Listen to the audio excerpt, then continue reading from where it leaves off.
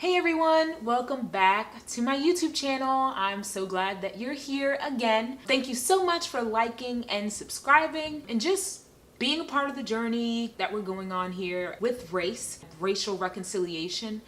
There's a couple things I want to cover real quick. So I think sometimes people may feel like the race talk is divisive. So I think in order to expose racism, we have to address racism.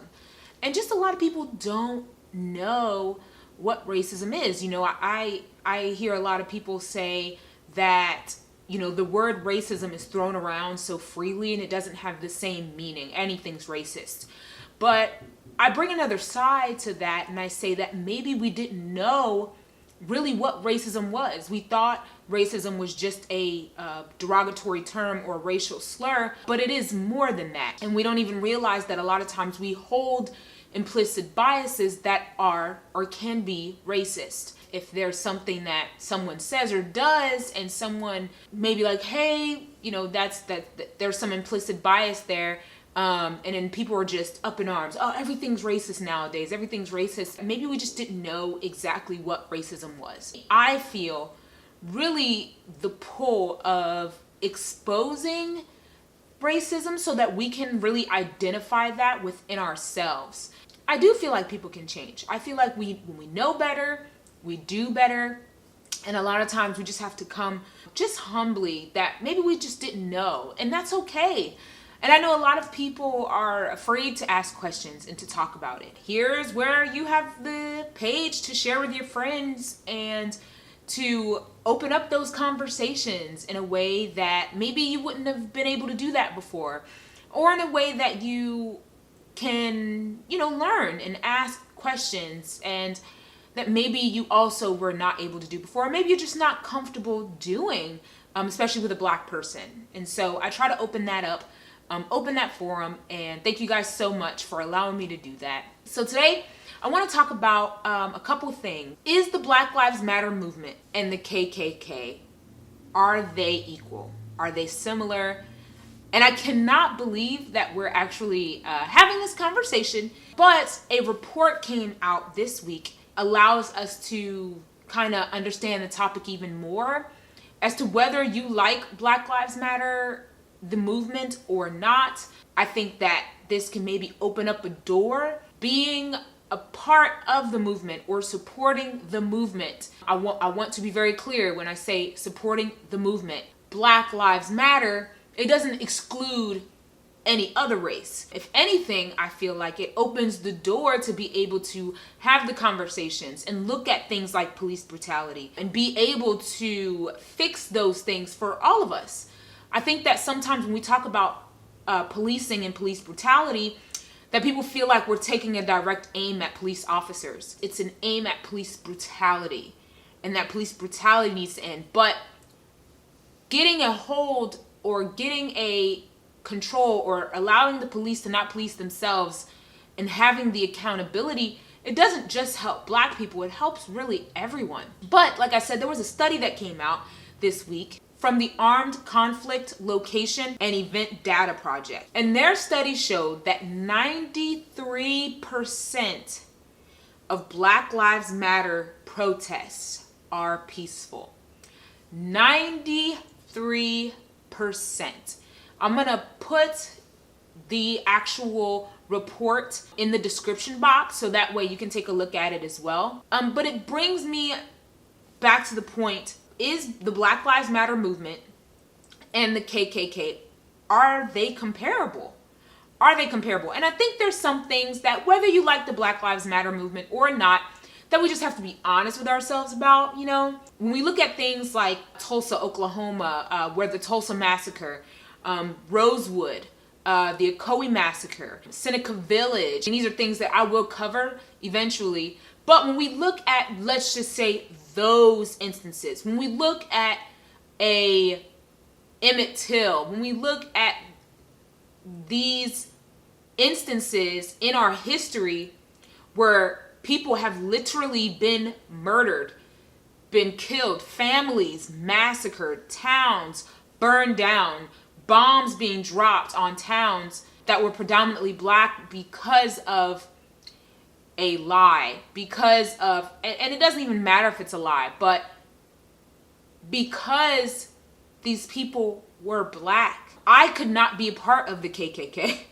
Not that I want to, but I couldn't be a part of the KKK because I just don't fit what they're looking for, if you will. But anybody can be a part of a movement that says, hey, we need to really look at this police brutality and what's happening here. And I think that seeing the statistics and the data that 93% of the movement, of the protests are peaceful, it brings me to a few things. I remember when, I think it was Frederick Douglass's statue was torn down.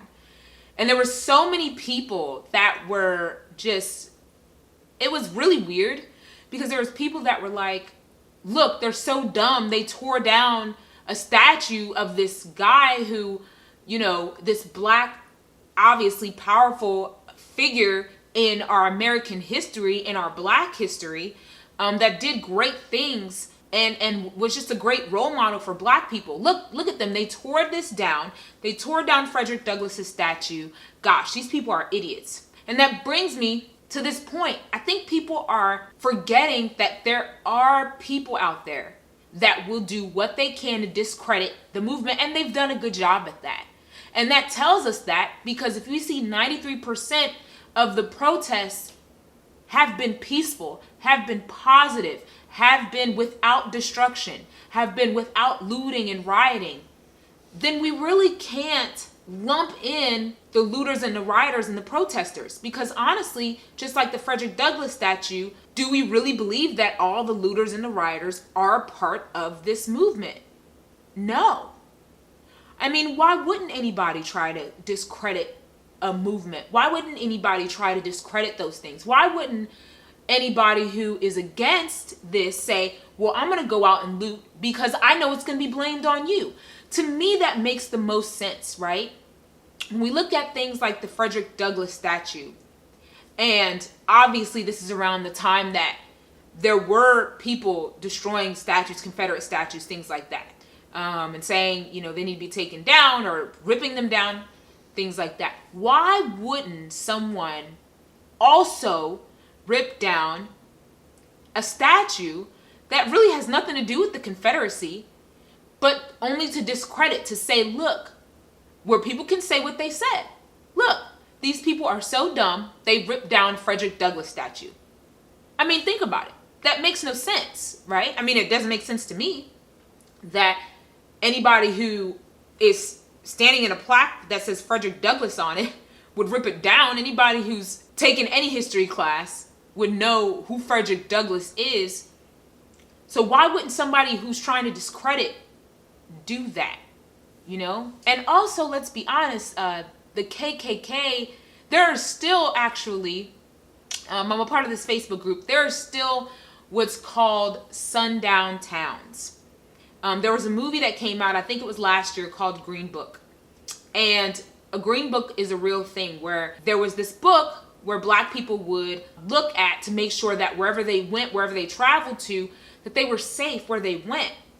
And to think in 2020, this is legit, that we still have what's called sundown towns, meaning that black people can't go to when the sun sets because their lives are going to be in danger. I actually am a part of a travel group on Facebook. Not that I'm going anywhere, but I like to live vicariously through other people. But I'm a part of a travel group, and there was this one post of someone asking if they would be safe in a specific state. I want to say it was Idaho or Iowa. I can't remember. But they were asking, hey, you know, I'm a black person. I have a black family. Will I be safe here? And probably 80 or 90% of the comments of people that live there were white people. And they were like, you're not going to be. You don't come here. This is not the place for you. And not being mean, but just being honest. Like, the KKK presence is very, very high there. And I just don't feel like this would be a safe place for you to be. And so they just told them, like, hey, you know, if I were you, if your family, your husband, whomever, maybe you don't come here. which is sad. And this is why I talk about race things, because I personally try to give people the benefit of the doubt and understanding that unless it affects you personally, why would anybody take a deeper look? And that's not to insult anyone, but if it doesn't affect my life personally, you mean I have to go out of my way to learn things that don't affect me? I just think that's just our human nature. That's just kind of who we are as humans, is that we aren't going to, if it doesn't affect us, we're not going to go out of our way. Think about it. If you work a full-time job, I can't tell you how many times that I get into conversations with people over race things, especially on Facebook, which is never a good place to get into a conversation of something this sensitive with people unless you're private messaging them. But when people will say, well, I just think, people need to get a job, people need to work. And it's weird that people automatically think if you're fighting for a cause beyond you that you don't have anything else better to do. It's just fighting for a cause or working for a cause or volunteering for a cause beyond you. Here's the reality. I talk about all the time, my husband and I are pastors. We pastor a church, and our church would not be able to function. And I know so many churches can say this. We would not be able to function without volunteers. We would not be able to do it. Volunteers and people who serve are literally everything to churches. They just are. And if they don't give their time, they are the cream of the crop. They are the bee's knees to churches. They literally are what makes Sunday mornings happen, besides Jesus himself. But they are what make Sunday mornings happen. Parents can go and sit in service and not have to worry about their kids. They can be greeted with smiling faces and happy people, and not have to worry about finding where the bathroom is. There's someone there to tell them. They don't have to worry about coffee or it being refilled. There's someone there to refill it. And it's people giving their time to serve and to do something beyond themselves. And this is a silly comparison, but that's how I feel about when you do something or volunteer for an organization beyond you. I volunteer and give a lot to crisis pregnancy centers. And it's doing something beyond myself. I'm doing something beyond me. And if I decide to go to a protest, which, we did walk up on one in Washington, D.C. when we were there. And we were at the protest. And like I said, guys, I was shocked because I saw people talking about DC, and I'm like, okay, granted this was just one day, but we were at a protest in Washington, DC, and it was peaceful. We were walking by the police. There were cops everywhere. They were talking to people. It was peaceful. They were handing out waters. I saw them handing waters to police officers. I saw them handing waters to strangers. People were asking us, are your kids thirsty? Do they need some water? Are you guys okay? When we're walking in this protest, and I'm just like, wow, this is peaceful.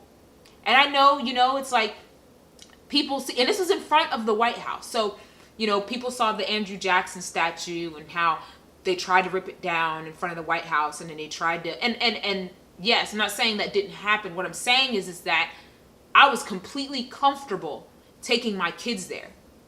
We walked up on it. We weren't looking for it. We didn't even realize how close we were to the White House when we walked there, but we just walked up on it, and it was so peaceful. So, to compare Black Lives Matter, the movement, to the Ku Klux Klan,